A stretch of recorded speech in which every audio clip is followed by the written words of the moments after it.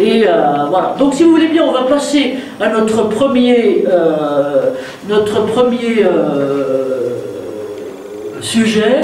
Et si vous voulez bien, là, on va peut-être passer la parole. Je vais vous demander, si vous voulez bien, quand vous n'êtes pas intervenant, de couper vos caméras, parce que comme on capte après, c'est plus simple, excusez-moi d'être désagréable, mais c'est plus simple et on a une meilleure définition quand on a moins de choses. Donc là, la parole va être à Jean-Paul. Jean-Paul Carta, si vous êtes là, vous, alors pour le coup, il faudrait mettre votre caméra. Caméra. Monsieur Jean-Paul. Bonjour à tous. Voilà, il est là. Jean-Paul, à vous. Donc Jean-Paul, il est plein de trucs, mais il va vous le dire. Donc il va vous le dire. C'est mieux que vous le disiez vous.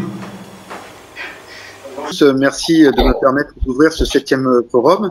Ma casquette aujourd'hui à moi est effectivement à la fois entrepreneur, directeur de laboratoire de recherche, mais aussi, je dirais, victime de tous ces aléas que sont les troubles musculo-squelettiques en termes de manutention, de port de charge. Et donc, nous avons décidé avec les laboratoires INSERM et notre société, donc, de à la fois prolonger les recherches sur des exosquelettes avec le monde hospitalier pour permettre d'avoir des exosquelettes efficients, répondant à des vraies demandes émanant des différents secteurs d'activité. Mais nous avons décidé aussi en amont de continuer la captation des gestes afin d'en tirer des modèles et de permettre aux gens, je dirais, d'avoir des références en termes de bonne posture, de bons gestes, comme on nous les apprend depuis des années, et surtout de capter des données qui puissent servir aux entreprises pour adapter les postes de travail, pour adapter aussi les exosquelettes pour ce pourquoi on devrait les avoir, c'est-à-dire de l'aide, de l'assistance, de temps en temps de la suppléance aussi, quand il s'agit de choses beaucoup trop compliquées. Mais les exosquelettes aujourd'hui reviennent sur des dimensions beaucoup plus terre à terre. On nous a fait un peu rêver pendant quelques années, ça allait remplacer beaucoup de choses. Et bien aujourd'hui, on s'aperçoit que l'humain reste au centre du dispositif et que l'exosquelette, en fait, doit être un vrai système, un vrai dispositif de suppléance des fois et d'assistance tout le temps.